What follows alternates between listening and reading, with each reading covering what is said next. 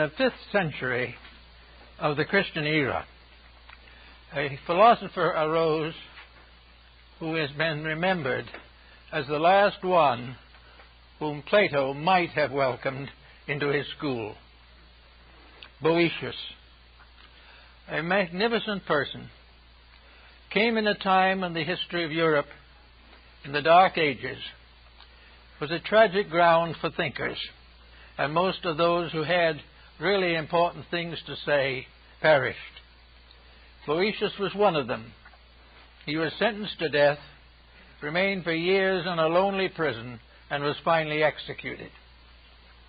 Before his death, he prepared a little work called The Consolation of Philosophy, and this has become one of the great classics of the world, for it reveals things about philosophy and wisdom that I find in no other writing, either contemporary or later. Actually, we must therefore bear in mind that Boëthius was a very devout scholar, a person of great personal integrity, who devoted most of his life to the search for truth. And every little fragment of truth he found, he served and tried to bring it to the attention of other people. Therefore, we may say definitely that he lived in love of truth, and he died in the consummation that his love had not been in vain. So we start with this problem by introducing a little part of the story of Boëthius. It seems that in this lonely stone prison where he remained for some time before his execution, he was alone with his thoughts. He had nothing to help him or to guide him but his own inner life. He knew perfectly well that he would never be released. It was not day to day just when, but he knew that his death was inevitable. So with these considerations, he had nothing to fall back on but his own inner life. And realizing this and determined to live according to it, he settled down quietly to the contemplation of truth. And one night, while he was contemplating as best he could in that stone cell the wonders of life and the wonders of the universe, a great light came into his prison. And in that light appeared a magnificent figure of a woman, robed like Hypatia of Alexandria, radiant, hallowed, everything stupendous. And she came up to him and she said, "I am the one you have served. Now you are in need. I will serve you." And she explained to him very definitely that all he had learned to help other people had created for himself a debt which truth owed him, and that as long as he remained in the material world, truth would lead him, guide him, and give him the intelligence and the wisdom and the love to face the things he had dreamed of and believed. As a result of that, his essay on the consolations of philosophy has become a classic. It was in this realization of the return of the good deed to the one who does it that Boëthius became aware of something, namely that truth is not a word. Truth is not a doctrine. Truth is not essentially a system or a school. But as all the ancients realized, truth is a living thing. It is a creature itself. It is something that has its own being. It has its own life and its own death, its own beginnings and its own ends, in an infinitude beyond our comprehension. But truth is a conscious being, and this being appeared to Boëthius in the prison. And from this truth, he learned to live from day to day. He gained then the answers to all the questions he had asked. He gained knowledge of the distant places and the high places and the low places. He learned all the mysteries of space and time. He suddenly realized that truth was a great teacher, the one thing in life that knew that truth alone could lead man to perfection. And this perfection he had to earn by giving his own life to truth. Therefore, we are able to follow some of the thinking of the ancients concerning the mysteries of life. We think of things today merely as objects. We think of hope as some kind of a word representing an emotion. We think of wisdom merely as mental penetration. We think of love as merely a personal emotion of our own, shared by others, but still merely an emotion. But to the ancients and to the wise, these so-called things were actually beings. Love, it was a reality. It was a creature. It was not merely a relationship. And from all the ancient and classical writings, we find that the Greeks, the Egyptians, and Persians, and nearly all foreign peoples have personified their virtues. When they think of strength, they think of a certain power. When they think of wisdom, they think of a person who is wise. And so the ancients created gods for every emotion, every thought, every attitude of the human mind. Therefore, we have Jupiter ruling over one thing, we have Saturn ruling over something else. To us, these things are meaningless. We have a very different code. But to the ancient people, with their mystical opportunities, these different things were realities. Hope was a being, not a thing. Hope was something that grew like a child in its mother's womb. Hope was a great moment of veneration, like the individual taking holy orders. All these things were part of a being, and all great good things are beings. They are personifications or embodiments of principles, and they appear to us as a kind of language of symbolism, a language which enables us to share in the wisdom which they impart. So Boethius in his cell saw in the vision of the power of enlightened love the fulfillment of a dream, the dream of the ages. He was told by this radiant vision that she had been with him from the beginning. The moment he dedicated his life to truth, she was with him. She would be with him to the end of his days, and at the same time she would be with all others under the same conditions, because no one walks through life entirely alone. And those who have given themselves to unselfish service to others walk constantly with a radiant presence beside them, something that is going to guard them and protect them, because they have deserved it, because they have earned the peace of inner life. They will have it regardless of what happens in the outer world. This was a great consolation to Boethius. It gave him the courage and strength to know that once one dedicates themselves to the service of truth, they will never again be alone. They will be with something, someone, somewhere, who is ever and always waiting to help, waiting to use this truth that they have discovered in order to save them further punishment, further suffering, or further pain. So the wisdom that Boethius had assembled to teach others was now taught to him. It was shown to him conclusively that his dreams had not been fables, that his ideals had not been vacuums created by optimism or pessimism, that in reality truth is alive and walks with those who serve it. Regardless of how we view the matter, it is a beautiful thought, a very kindly thought, and a thought that gave consolation to this lonely prisoner, doomed to die because he had tried to help. Actually, therefore, before his death, truth took Boethius through all the worlds of space, through the great realms beyond where he could not go himself. Truth showed him how right he had been in certain guesses and certain suggestions. Truth also told him that she had helped him to form these ideas within his own consciousness, that as long as he served her, she would stay with him, and he would never be alone again. So Boethius, when the time came, passed on without fear or doubt, and his little book has brought comfort and insight to millions of people in a world that he never lived to know about or understand.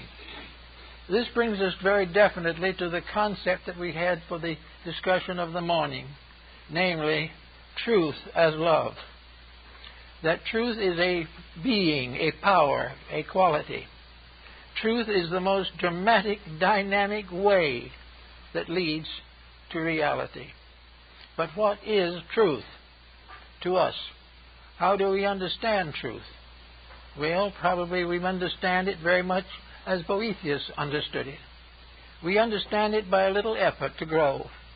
We try to be a little better today than we were yesterday, and we continue to grow a little every day. But the first step that we take toward reality brings us this contact, this something that walks with us the rest of the way. The first sincere, dedicated effort to live the life of truth brings truth to you, and truth walks with you to the end of your days. This was the idea of the Pythagoreans and the Platonists. It was the result of the individual earning dedication by his own dedication. When we do a definite good thing, when we serve those in need, when we improve the nature of our own contemplations, we have made an important connection in life. And once this connection is made, it cannot die. Once we become aware, once we have given birth out of our own souls to the soul of truth, that soul will live on. It will go with us, maybe age after age. We may backslide and forget and lose and transgress. But once we have made a sincere effort to try, we have taken the first step to eternity. We have taken the first move in the direction of everlasting peace. And therefore it was quite proper for these ancients to think of love as the faithful friend, something that could carry on beyond all of the powers of the mind. The mind can be deceived, the body can be punished, but the truth in the soul goes on. Nothing can stop it once it has started. And the first good deed dedicated unselfishly is the beginning of the long road that leads to regeneration. Buddha brings us the same point when he says that the journey to truth begins with a single step. The single step in the Greek system was the first absolutely unselfish, dedicated effort to serve. The one moment in life when we strip ourselves, when we are bigger than ourselves, and place a common good above our personal advantage. As long as we are selfish, truth remains alone for us and weeps. The moment we are selfish in our thinking, or in our actions, or in our codes of life, we cut ourselves off from the eternal love which is saved for us in the wonders and mysteries of the mystic life. So it's after a certain period. We do make this effort. It becomes, as Buddha pointed out, after the first step, the second step is a little easier. But of course, all through the first steps and the second and the third, there is the pressure of outside forces. We are constantly under tension and stress and temptation. But as the moment we begin the journey, there is something there standing with us. When the good deed stands alone, as far as we can tell, it is standing actually in the presence of the principle of good in space. There is only one principle of good. It's not a principle of this being right or that being wrong. It is a simple, actual adjustment within ourselves. It requires no intellectualism. It requires no vast store of knowledge or insights. But these may contribute to it. But it is a step from the selfish to the unselfish, from the dark into the light. And once the individual makes this dedication, he is pressed gradually forward, one step at a time, to the fullness that he seeks to possess in the fullness of his own maturity.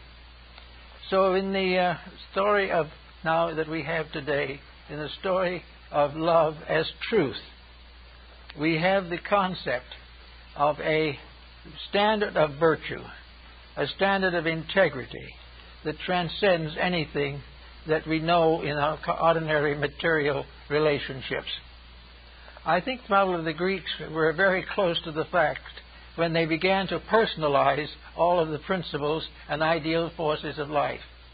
The Greeks did not see the earth as a body alone. The Greeks saw the earth as a soul, as a living thing.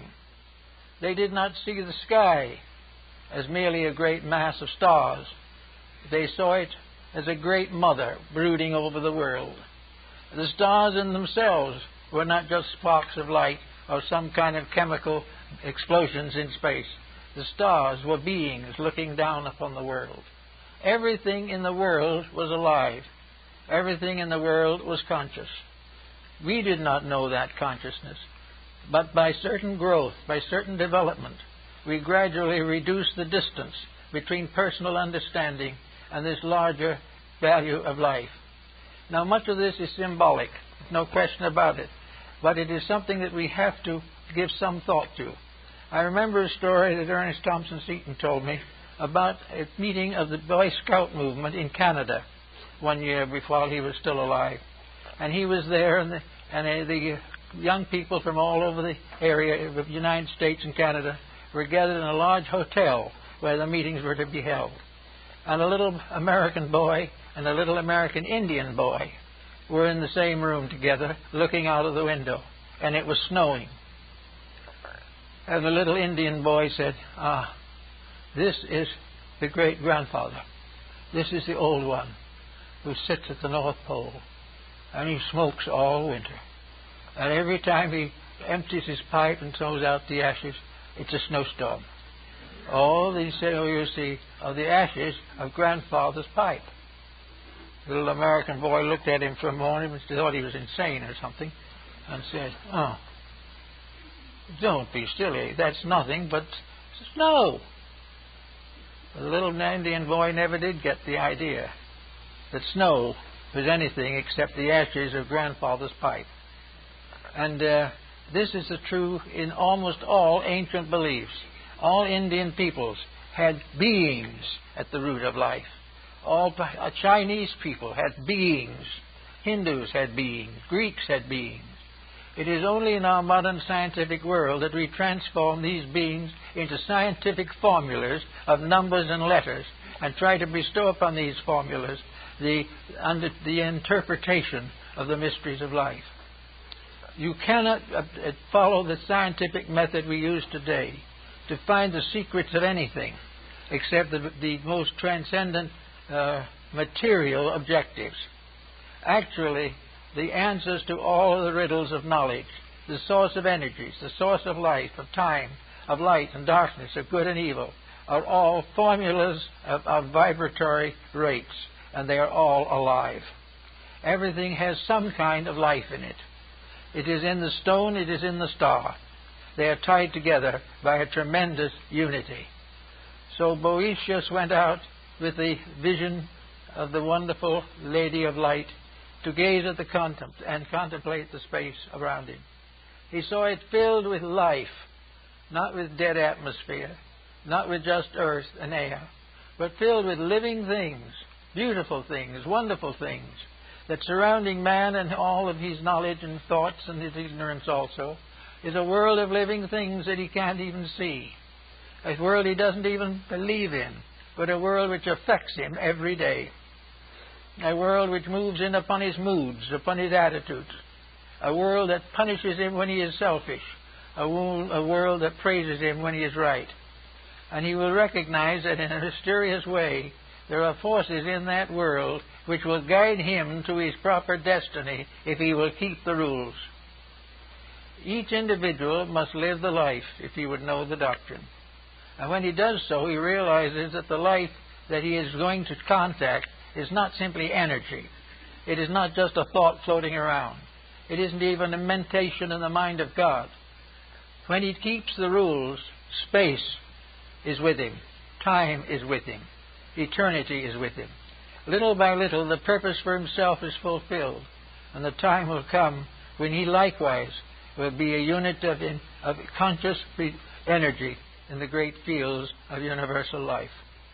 So we all have not only this type of thing, but we also have to look around us to see what's happening. We look around and we see today the problem of air pollution. With that air pollution, thousands, millions of things die. This air pollution is against the rules. Therefore, nature will never support it. And nature will continue to punish it until it corrects its own mistake. Nature will never permit evil to survive. It will never permit the wrong to win. There will be moments of apparent victory, but they will be followed by years and centuries of terrible defects and disasters. Everything that we have around us lives in a sea of truth, lives in a vast organism that is based upon infinite wisdom and infinite love. These are the ruling powers. The universe is not neutral. It is not simply space. It is not things moving, floating around in a vacuum. It is not formulas that can be put into letters and numbers on a scientific blackboard. Space is alive. Everything that exists is alive. And while we are growing on one level, somewhere else another thing is growing. While we are adding to the wisdom of our own mind, something else is enriching every cell in our bodies. Everything is living and growing. And when the individual interferes with growth, he commits probably the most terrible of all sins.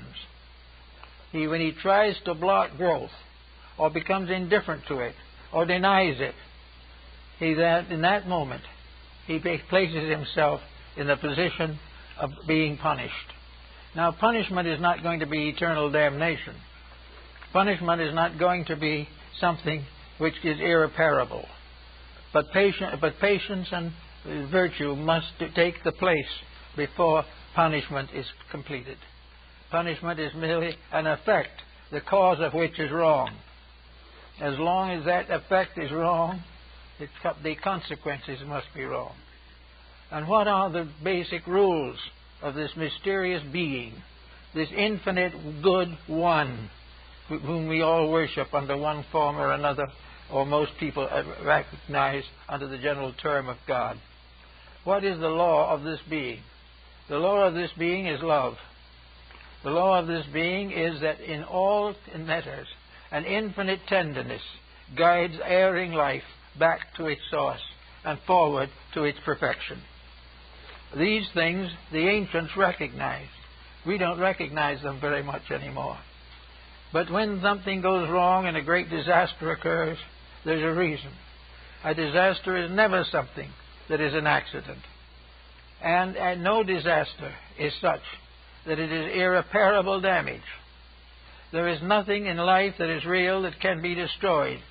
The lowest, most imperfect of all entities must have its growth, must have its place, and must have its chance to win. And it is the rule of nature under God that all things shall win. There is no loss. There can never be. There is only delay. There is only a moment of pause in what might otherwise be a great and glorious mission. So Boethius went forward and went out and paid to the state the debt which it had created. But he no longer feared the state. He no longer feared the world, for he knew that the world itself was good. And these little tyrants who arise live for a day and disappear. And in the great passage of things, each of us, in our own way, must discover our own eternity. Each of us must realize for himself the eternality of the scheme and plan to which he belongs. We must begin to realize that we were not born when we come here. We do not die when we go. Everything in life goes on in life. There is no dead spot anywhere in space. Everything is filled with life, growing, unfolding. And as we look out upon it, we can see as in a meadow the vast flowering and the vast fruiting of a great vegetation. And over it rules Flora, the goddess of the harvest the goddess of the flowers, the goddess of the herbs. She represents the very principle of the values and powers which the plant kingdom embody. In other words, the plant kingdom is a being growing up. It is not a place. It is not a series of wild seeds that we know nothing about, or of plants that die and never come back. The plant kingdom is an entity, a living thing. It has its comings and its goings, but its eternity is never questioned. It will go on, and if it is abused and perverted and corrupted, it will remain to correct these conditions until they are corrected. And anything which consciously and intentionally destroys these growths or tries to frustrate them will find that his own ignorance becomes a terror to him. The individual who tries to kill something is an individual who will then become frightened that he himself will die. And he was wrong when he thought he killed. He was wrong when he thinks he will die. All things are part of a plan so much bigger than we are that we can't even contemplate them. That this greater reality is, in a sense, our only security. It is the one thing that cannot fail. Politics may rise and fall. They are also entities. And we find that someone talks about the dangers of the capitalistic system. The capitalistic system is an entity. The Greeks and Romans knew it under the name of Pluto, the god of wealth. And the god of wealth is also a divine being. And the god of wealth has to grow and outgrow its own possession of wealth by outgrowing it through all the creatures that it has fashioned. Therefore, wherever wealth is, it must be outgrowing itself. It must be changing into something better. Because it is alive, it has a continuity of consciousness, and it can never rest until wealth ceases to be a danger to any living thing. Everything is growing towards its own perfection and its own immortality. As we go a little further into this rather complicated situation, we realize that all over this earth there are religions, many different faiths, many different beliefs, so many gods, so many creeds, so many paths that wind and wind.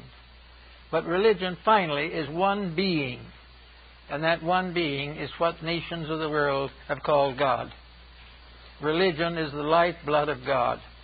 It is part of this tremendous power whose body nature is and God the soul. So this is a being that we deal with. Religions are evolving. People are evolving. Institutions are evolving. Everything that is born grows. And when its maximum growth has been achieved, it slowly disappears to give rise to a new embodiment of itself in something higher and better. We are desperately concerned today about the future of our world, and from a standpoint of our physical existence, we are well justified. But let us also remember that, as the Greeks realized, our world is alive. Our world is a great being crawling through space, passing through the solstices and the equinoxes, and passing through the arches and ways of heaven. Our earth is alive. This again we have forgotten. Therefore, when we exploit it as we do, we forget the troubles that we cause for ourselves. Our earth is a very benevolent mother, and as a Mother Earth, it is worshipped and recognized by most of the faiths and religions of mankind. This earth is a wonderful and gentle thing. But when we begin to exploit this, we recognize that we are doing an evil. We are trying desperately to corrupt something that cannot ultimately be corrupted. This is the kindly mother becomes the stern parent. When we abuse the powers which are given to us, these powers must punish us. Because in the final end, if you do not punish when it is necessary, the ultimate victory cannot be attained. So we have an earth now that is worthy of our consideration. Not simply because it is a heap of dirt, not because it is filled with earth or covered with plant life. An earth that is alive as a being. An earth which is worthy of our love, worthy of our tender support, and constantly needing our agreement with its own laws. Unless we keep the rules of Earth, Earth cannot keep our rules. If we do not give opportunity to all the different forms of life that exist here, these forms of life become shadows and become negative factors at endangering our survival. Yet there in nature there is not one single force that is angry. Nature has never known anger. That is something that the human being has developed. As a kind and loving mother, we would chastise the child, but never to destroy it, only to help it to attain to its own maturity. So when something is wayward, we set up problems to bring it back again into patterns. And to do that, the world was given all forms of educational help. We were given the wonders of nature, and the final textbook, which, as Lord Bacon pointed, is written in the stars and in the elements and in the earth. Paracelsus also tells us that there are three great books from which man can learn the mysteries of life. The first is the book of God, the second is the book of nature, and the third is the book of the human soul. All these things are the source of instruction, but we have to accept it. Now, if we do not accept it, it doesn't mean that a great tyrant is going to come and attack and destroy us. We are not going to be downed by evil. We are going to be corrected as the only way of restoring good. There is no loss. There is no problem of things being destroyed. There is only the problem of the individual being tested according to the degree of enlightenment which he has attained. Nature does not expect imperfect creatures to become perfect in a night.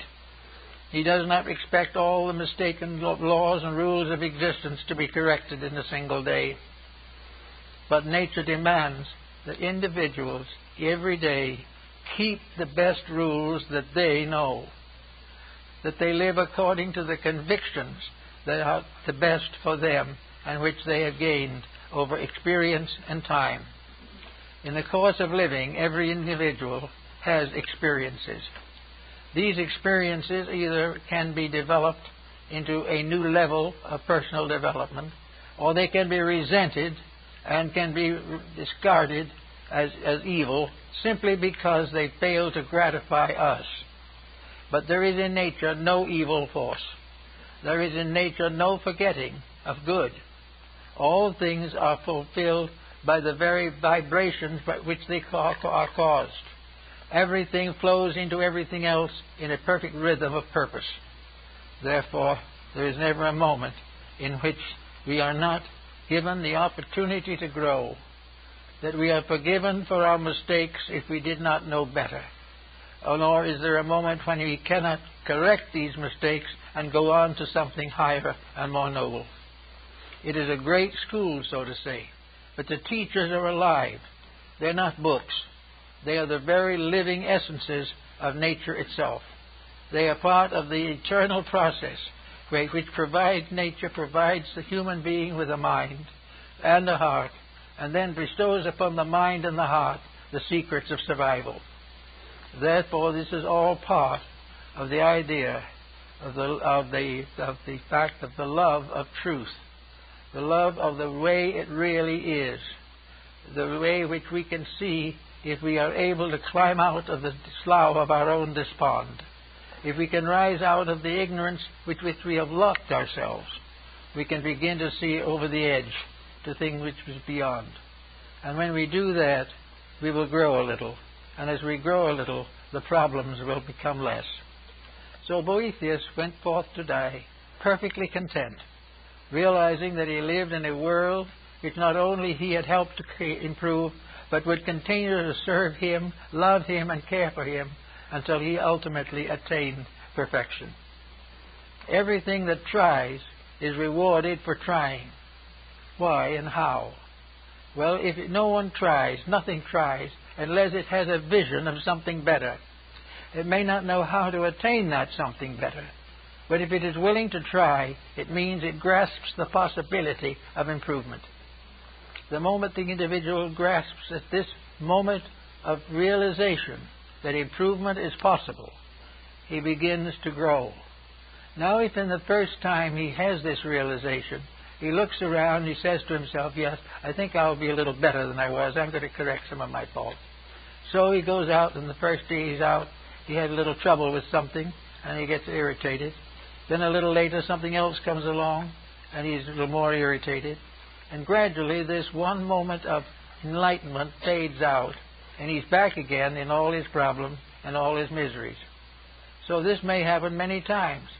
There are false starts, well intended, but not supported by sufficient energy, sufficient libido to survive and amount to anything. But ultimately, the effort to grow will produce a fair start. Most of the starts that we have in modern times have arisen within religion. While there are many backstopping and falls in religion today, there is also a great effort to grow spiritually a little. And dedication to religion, dedication to the service of our brother man, dedication to love of God, dedication to the recognition of the great power of redemption in every religion and faith of mankind. When we begin to get this feeling, pretty soon it reaches a point where it doesn't go away entirely. Then we do something very foolish, and we are sorry. We are actually embarrassed to realize that we couldn't do better than that. Well, this embarrassment is the beginning of a gradual growth in which ultimately we are able to make such advancements as our general condition will permit. We are able to be a little less angry because we've now discovered a way to pacify these situations. We will be a little less selfish because we have begun to realize the needs of others. We will become a little more content when we realize the blessings that we already have. And little by little, this grows until it creates an atmosphere of belonging to a growing world. That somewhere in the invisible planes of things are the powers that move all things to the fulfillment of their natural destinies. Little by little, then, we get to be little better people. Now, there comes a time when we have to make a decision or two, because most people are not ready to make a major step away from the familiar. But they are able to do something better. They have been able to straighten out a broken home. They have been able to solve a family feud. They have been able to visualize a better use of what they have. All these things help. And little by little, the individual grows. And the moment he has made a few growths like this, when he has been able to forgive an enemy honestly and completely, when he has been able to prevent an extravagance which he knows he should not have, when he is able to live in his own life without neglecting his children, all these things come little by little until he gradually tries to put his own life in order. The moment he makes this effort, the moment he tries to put his own life into a better social, economic, psychological condition, in that moment, truth comes to live with him. The radiant being takes up its abode in him and will be with him from then on until he makes the ultimate adjustment. It will take him through tragedy without breaking his spirit. He will go through hardships but will not recognize them as evil. He will do all kinds of things because within himself there is a great dawning coming. There is a moment of realization of something better, something nobler. And he sees that the things he has objected to and the things he has rejected, these things were false to begin with. But he didn't realize it. For when the time comes, he will discover that this truth principle within himself becomes the final censorship. Now, this censorship will never be excessive. It will never demand more of any individual than he is capable of giving.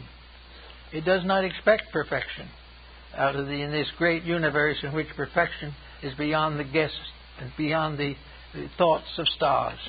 But it does mean that little by little he will begin to organize his own material pattern. Now, it's not only this is going to result in the beginning of genuine worship, in which religion becomes a significant fact, but it will be a very quiet, moderate religion, with no pressures, no compromises, no criticisms, no conflicts. It will be a gentle faith, recognizing that the more of the internal comes out, the better the external will be. Now, in a moment like this, we'll come across another entity worth mentioning. There is another wonderful being that we all have intimate contact with, and which most people do not understand, recognize, or serve adequately. This other wonderful being is our own body. We have a body over which we rule as Lord and Master. And it can be that this body becomes a slave. It is not given proper attention. It is misused. It is victimized. It is allowed to suffer merely to the gratification of the mind that dwells within it. Now, truth will never permit the misuse of energy. Therefore, this body, which is our house for a time, has laws and rules that must be kept. And furthermore, it is alive. We know the body is alive. Every cell in it is alive. Every part of it is alive. And yet very few people have ever tried to realize how the human body accumulates around a degree of unfoldment which we call the personality. Anyway, this body is our own particular living sheath, our completely personal organism. It is the first empire over which we can have dominion. It is the first nation we can govern. It is the first form of leadership that we are able to bestow beyond the leadership of our own minds.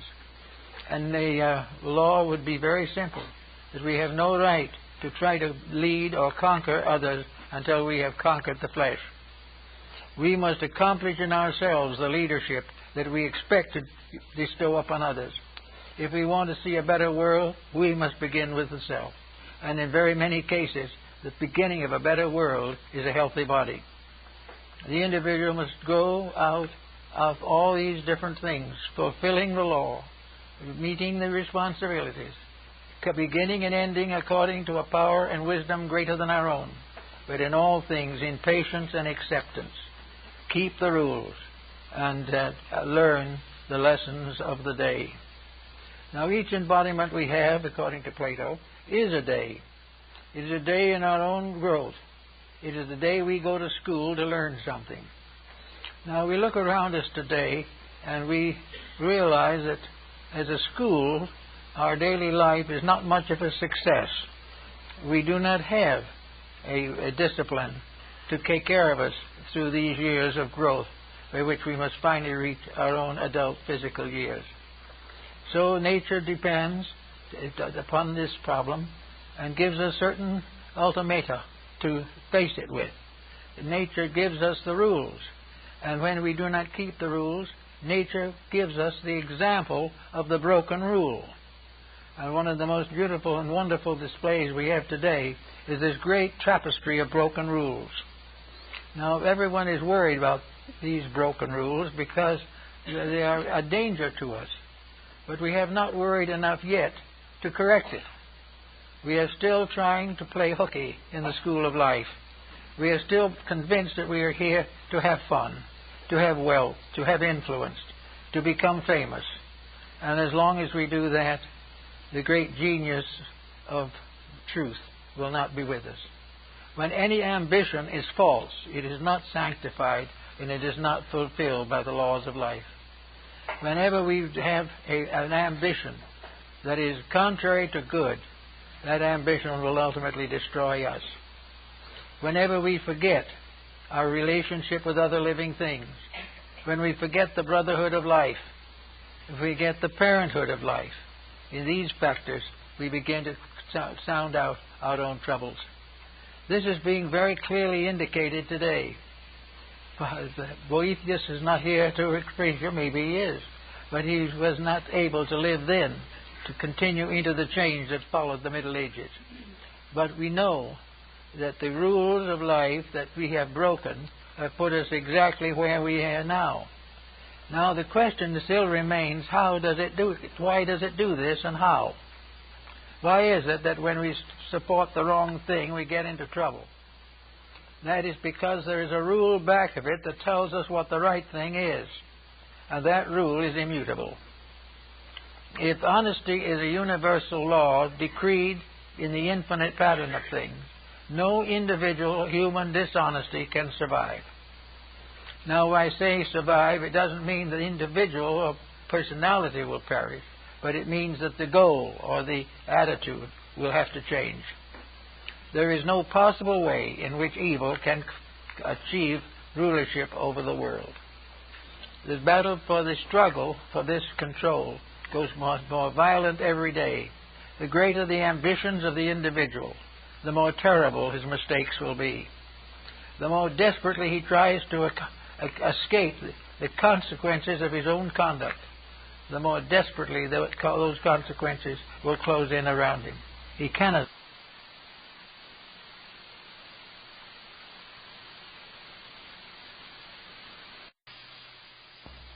Because there is something in life that says he can't escape them. And the symbol of that something in ancient times was the great mother of mysteries, the great mother of the world. For all physical creatures are under one motherhood, the motherhood of the mysteries, the motherhood of the Virgin of the world, the motherhood of the mother who remains a virgin forever and bears children unto the eternity of things. All these wonders and mysteries are very simple. But the great mother of the earth, the great mother of the mysteries, is nature itself. Not as a blind force run by physical means and a few chemical symbols to tell what it is, but a living, vital force that dreams, thinks, hopes, prays, does everything necessary to bring home the wayward children. That's something which knows that the problem must be solved, that there can never be allowed for evil to survive, that never can ignorance prevail, never can violence destroy peace. And in the process of doing this, nature finds the individual, unfortunately, lacks the internal resources to make the proper decisions. He cannot say to himself, I have told a lie, and therefore I must correct it.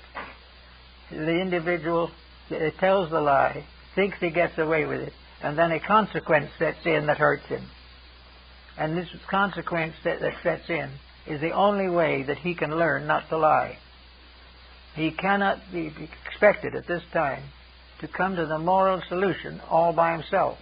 If he does come to that solution, it is because he is already on the road that leads to light. He is on the way to something better. But for most persons, responsibilities must be evaded. They must be avoided in every way possible because they interfere with the smooth passing of a useless life. But that is the problem. There can be no smooth passing of ignorance. There can never be a success built upon stupidity. There can never be a peace built upon violence. There can never be a wisdom based upon a principle of ignorance. All these things have to be worked out in their own nature. And therefore we are all concerned every day with the world around us. But the great mother of mysteries is with us. She is brooding over us now, just as she always has. She is the one that is constantly waiting to bring the wayward children back again to the rules. And she will never stop until they come back. No one will ever be permitted to be a truant. Actually, the truant will hate punishment. The dope addict will hate to be prevented from gaining his justification or his pleasure from the narcotics. He will try everything he can and will hate the laws that prevent him from doing what he pleases. But above the laws that will make us do what we please, there is a great law that tells us we must do that which is right.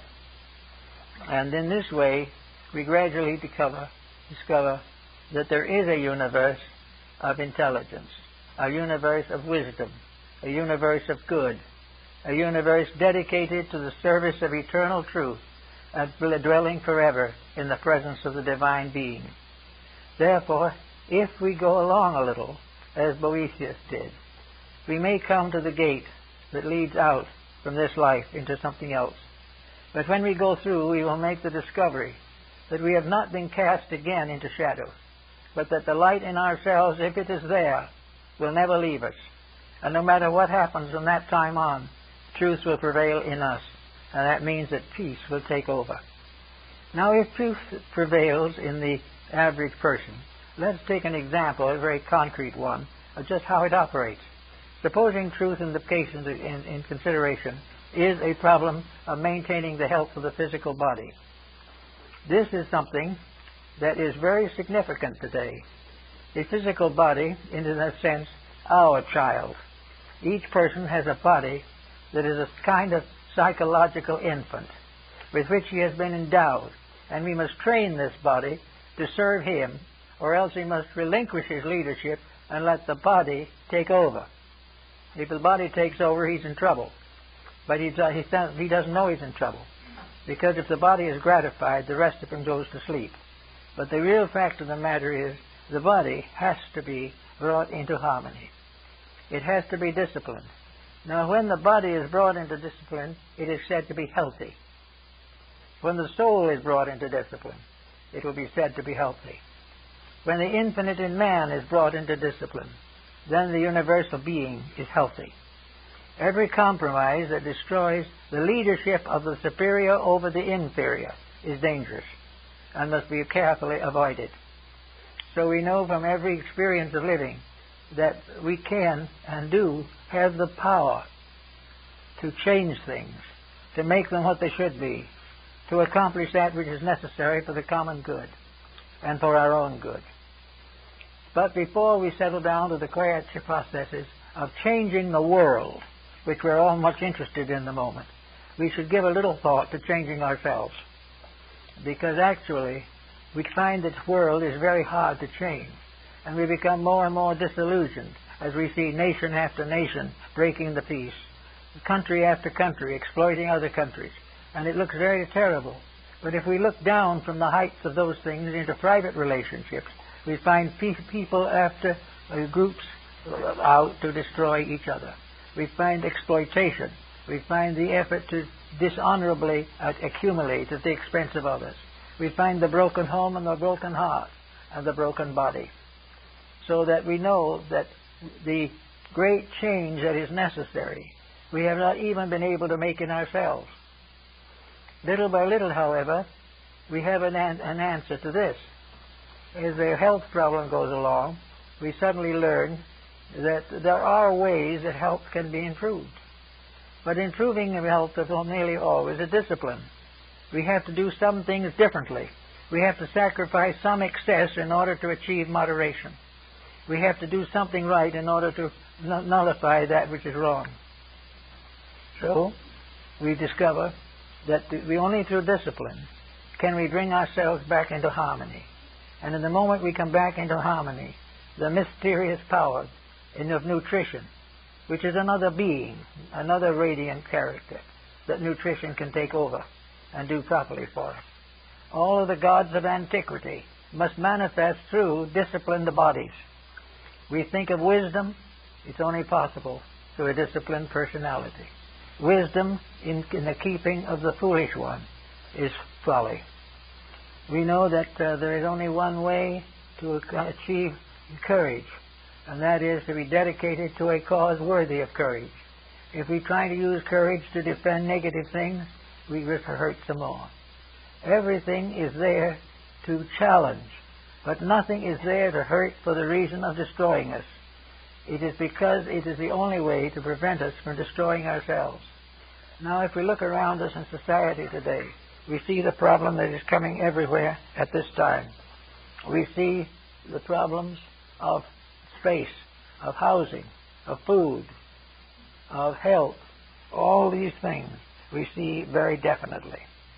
We realize that something has to be done about them. So we start trying to plant trees. We trying to find ways to purify water. We try to find ways to cleanse the earth of the pollutions and problems that beset it. We try to find ways to control a population, prevent the destruction of natural resources. Let us for a moment turn all these things back into ourselves and realize the reason that we can't solve the problem on the outside is because we haven't solved it on the inside. We haven't made the contact which make it possible. When Boethius was given the presence and vision of the saintly being that came to serve him in his sorrow, he gave us an account of a wonderful discipline and a wonderful courage against circumstances. So if we want to do any of these things on the outside, something must come to us on the inside. We cannot improve the world if we can't even save our own necks. We can't bring peace in the world if we can't have it in our own family. And how can we declare the ambitions are false when we can't stop using narcotics for our own pleasure? All these things come back, as Plato tells us, and as the whole philosophy tells us, is all of these great changes can only come when the human being arises to meet them. The humanity is an entity, one human being. This human being is made up of now pretty close to 6 billion separate human beings. They are like the cells in a human body. They are part of one constitution. Over this one being, is a unit, humanity, as one. This we find in the great man of the Zohar in Kabbalism. We find this one great being. And this great being's help and everything depends entirely upon the use that is made of the resources which comprise this great figure. We have to use these resources correctly. We have to solve the problem if we wish to have peace. We must make one humanity if we do not wish to be divided. Now, if we continue to wish to be divided, we not only have the problems of society, but we have the problems of ourselves. The individual who has not transcended his own selfishness is a very poor candidate for reforming the world. It is necessary for each person to recognize that he must make a personal contribution to the integrities of things. He must become aware of truth. He must become aware of what truth means. Not that it's a formula to write out and recite, not that it is something to be listened to in church, not that it's supposed to be in some scholarly textbook for the advancement of science. These are not the things. The truth we need is the inner truth of the love of truth, of the love of God as truth. Deity recognized in the manifested form of the infinite parent, also always solicitous for the good of its children. We must think of the faiths of men as being the gateways to conduct. We must think also of all the dreams and hopes of the ages and realize that they cannot be fulfilled until the individual loves truth better than he loves himself. There is no way of solving the problem unless we become aware of a strange and wonderful beauty, as Boethius saw it in his prison cell. A radiant being. We can call it peace. We can call it wisdom. We can call it love. We can call it whatever we want to call it. But it is a radiant power that blesses dedication, that rewards definite effort to perfect and to fulfill. It is something that can take over the life of the individual when he is no longer willing to dedicate that life to the fulfillment of his private ambitions. So with all these points, there is this wonderful opportunity that comes, which Boethius noted, and which is the love of truth. Now, love is a very capital word. Love to the average individual is a very physical word. Love to the theologian is an emotional experience. Life and love to the philosopher is an intellectual experience. But beyond this is the simple, direct fact of the love of truth.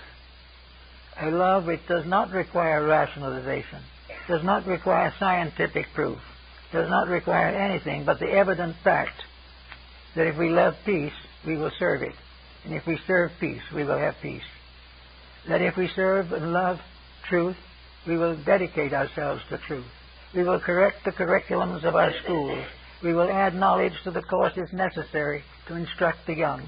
And we will put ideals and principles ahead of profit and private enterprise. These things are the transformation of the love of truth as we know it today, to the love of truth as it must be, a dedication to the fulfillment of the works of truth. Now, these works of truth are not simply strange things floating around in space somewhere, because truth, as Boetius found out, is a kind of being. It is something that lives but never dies. It is born but never ceases. In other words, it is almost actually another name for the human soul. But whatever we call it, it is the victory, the inevitable victory of good over evil. It is the complete victory of faith over fear. It is the complete victory of virtue over vice. And it is achieved because it is potentially possible to the individual. And each human being is born with the potential of the perfection of truth within himself. There is nothing that can prevent the individual from attaining truth except his own reluctance to improve his ways. Now, it's possible for him to realize that some of the truths that he must ultimately know are now beyond him. He's not going to be able to be perfect at the moment. He is not going to be able to be perfect as his Father in heaven is perfect. But he is going to be able to move forward step by step in a dedicated search for reality. The moment he starts these steps, the moment he begins to make an effort to direct and vitalize his own integrity, the journey towards the reality begins. And in that moment, the light, shining being of truth takes his hand and will lead him to eternity. And nothing can interrupt it. Nothing can prevent it. Nothing can have victory over the inevitable victory of reality over illusion. We have lived for a long time in illusion, and some of this illusion we call learned knowledge. We think of science as very wise. We think that science is solving everything. We think that Einstein was incredible when he found the formula for the atomic fission. These are not the truths we need. These are not truths at all. They are struggling with the misuse of universal potentials. The atom, the cell, all these things are each of them a unit. Each is a truth in itself. And it must be treated as one. It must be recognized. And if we wish to advance things, we must work together to make these various parts work together well in us. If we can make the cells of our own body cooperate, we have health. If we can make the various forms of knowledge to cooperate, we will have peace in the world. These things are part of our destiny. These things were well known to Plato and Pythagoras. They were well known to the foreign and Eastern nations. And everyone has realized that it is impossible to solve our present problem unless the individual himself moves from a theoretical standpoint and ceases simply about talking about how things should be done to the dynamic experience of personal growth. And this personal growth, he can start where he is. He doesn't have to worry about anything. What is his problem at the moment? Well, maybe it's a need of a job. Or perhaps it is domestic difficulty. Perhaps it is a wayward child. We do not know what that is. But whatever it is, if at this time he has not found a footing in a pattern for his own permanent growth, that problem which he faces today must become that footing, or one of its equivalent. It must be something done by the individual himself to prove a sincere dedication to advancing the cause of common good. Once he makes one statement, the seed is planted. And once the seed is planted, it will never die. It leads, one good deed leads to others. One bit of wisdom leads to greater wisdom. One concept of the divine love of the God for man is fulfilled in the divine love of man for God. These things are all part of a wonderful mystery. Truth in a mystery. Love and wisdom in a mystery. All these things we have to face as coming to us in the course of years. So we can wait in our own way for the radiant woman who comes to the prison cell and says, "You have served God all your life. You have been a good person. And you are not going to be deserted in your gray hairs. The good you have done to others comes back as a radiant being to lead you to the peace and security that you desire." Under those conditions, things will get done in a reasonable length of time.